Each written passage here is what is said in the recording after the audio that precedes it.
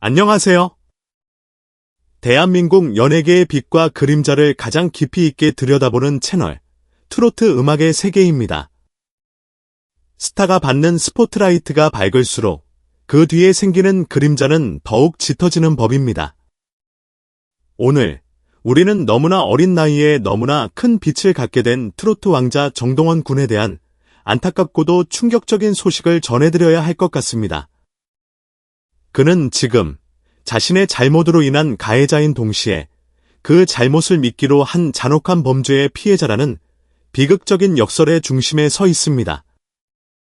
오늘 우리는 이 복잡하게 얽힌 사건의 전말을 낱낱이 파헤치고 한 소년의 철없던 실수가 어떻게 수억 원대 공갈 협박이라는 악몽으로 이어졌는지, 그리고 우리는 이 사건을 어떤 시선으로 바라보아야 하는지를 심층적으로 분석해보고자 합니다.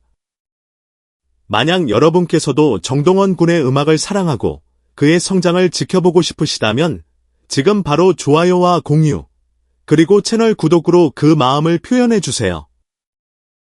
또한 여러분의 소중한 아티스트를 직접 응원하고 싶으시다면 영상 아래의 제품 링크를 통해 여러분의 사랑을 직접 보여주시는 것도 잊지 마세요.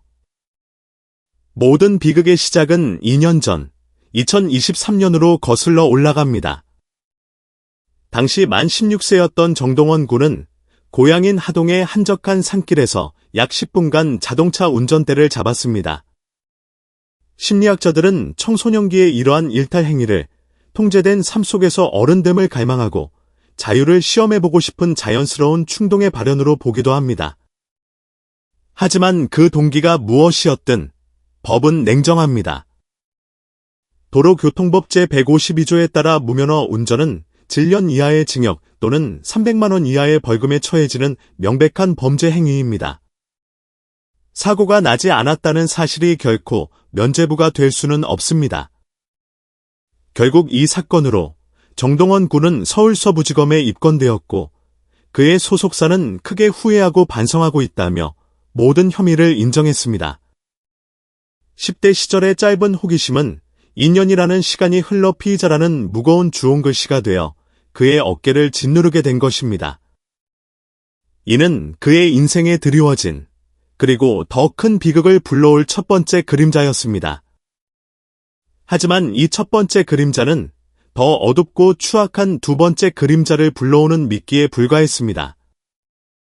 악몽은 가장 가까운 곳, 바로 지인이라는 이름의 신뢰 관계 속에서 시작되었습니다. 지난해 평소 알고 지내던 지인 A씨 등은 정동원 군의 집에 드나들며 그의 개인 휴대폰을 훔쳤습니다.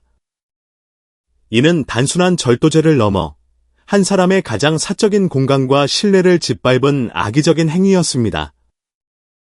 그들은 훔친 휴대폰을 불법적으로 뒤져 사진첩과 영상들을 샅샅이 훑었고 마침내 그 안에서 결정적인 영상을 발견하게 됩니다. 바로 2년 전 정동원 군이 무면허로 운전하던 바로 그 영상이었습니다. 그들에게 이 영상은 한 소년의 실수가 아닌 거액을 뜯어낼 수 있는 황금알을 낳는 거위였습니다. 이때부터 A씨 일당의 잔혹한 공갈 협박이 시작되었습니다. 그들은 이 영상을 무기로 김마금의 대가로 5억 원을 내놓으라며 지속적으로 정동원 군을 괴롭혔습니다. 이는 절도죄, 정보통신망법 위반, 그리고 공갈 협박죄가 결합된 중범죄입니다. 유명인이라는 약점을 파고들어 신고하지 못할 것이라는 비열한 계산이 깔린 잔인한 범죄였습니다. 당시 10대 후반이었을 정동원 군이 느꼈을 공포와 압박감은 상상하기조차 힘듭니다. 그의 앞에는 두 가지 길이 있었습니다. 하나는 5억 원이라는 거액을 주고 악마의 요구에 응하는 길입니다.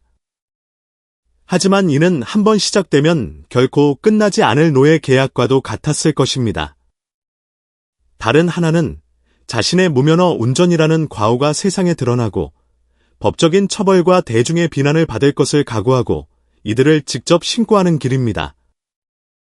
수많은 밤을 고뇌했을 그는 결국 두 번째 길을 선택했습니다.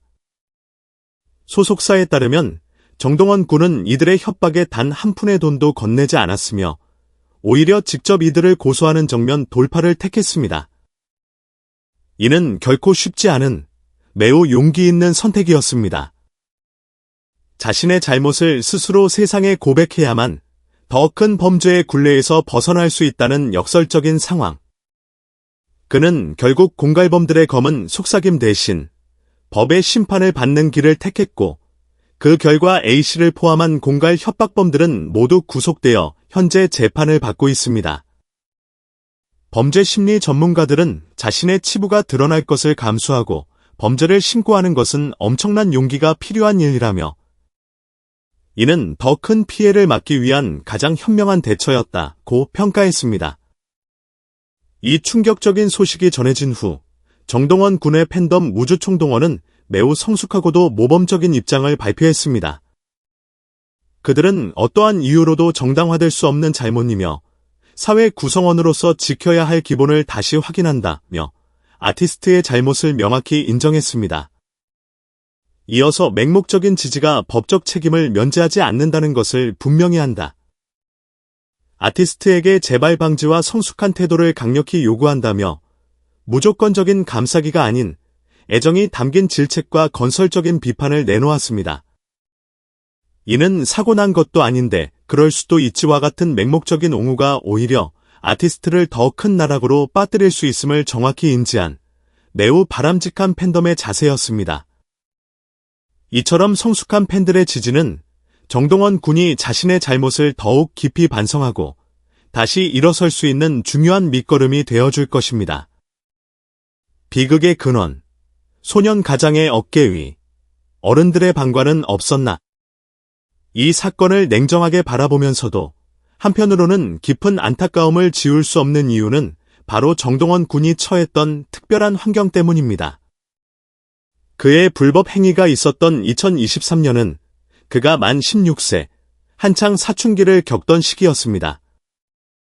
그리고 이 시기는 그가 세상에서 가장 의지했던 할아버지가 돌아가신 지 불과 3년밖에 되지 않은 때였습니다.